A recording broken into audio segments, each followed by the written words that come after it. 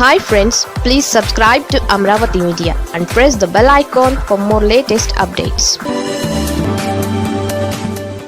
చంద్రబాబు నినాదం వచ్చే ఎన్నికలలో పనిచేస్తుందా? ఆంధ్రప్రదేశ్ ముఖ్యమంత్రి చంద్రబాబు నాయుడు మరోసారి తమకు అధికారం ఇవ్వాలని కోరుతున్నారు. అందుకు ఆయన చెప్పే కారణం కూడా తాను వస్తే అభివృద్ధి సంక్షేమం కొనసాగుతుందని, అదే జగన్ వస్తే మళ్ళీ అభివృద్ధి ఆగిపోతుందని, రాష్ట్రం విధ్వంసం అవుతుందని, అందుకే ఎన్డీఏకు మరొకసారి అధికారం ఇస్తే అన్ని సమస్యలు పరిష్కారం అవుతాయని అంటున్నారు. చూస్తూ ఉంటే వచ్చే ఎన్నికల్లోనూ చంద్రబాబు నినాదం ప్రధానంగా ఇదే కానుంది. ఎందుకంటే 2014 ఎన్నికలలో గెలిపించి 2019లో ఓడించడం వల్లనే అమరావతి రాజధాని నిర్మాణం నిలిచిపోయిందని, పోలవరం పనులు ఆగిపోయాయని పదే పదే చెబుతున్నారు.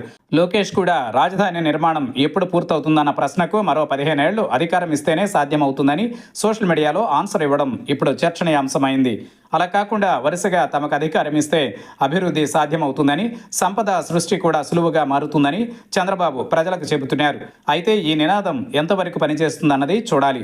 కొన్ని వర్గాలలో మాత్రం ఈ నినాదం పనిచేయవచ్చు, కానీ పేద మధ్యతరగతి ప్రజల్లో మాత్రం ఈ నినాదం పనిచేయకపోవచ్చు.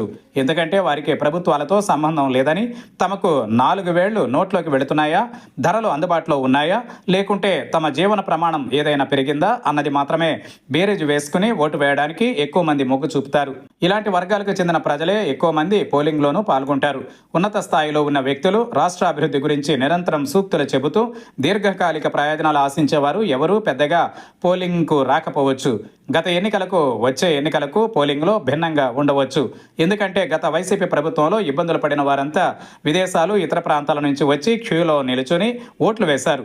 కానీ ఈసారి అంతలా వారి నుంచి రెస్పాన్స్ వస్తుందా అన్న అనుమానం కూడా టీడీపీ వర్గాల్లోనే ఉంది.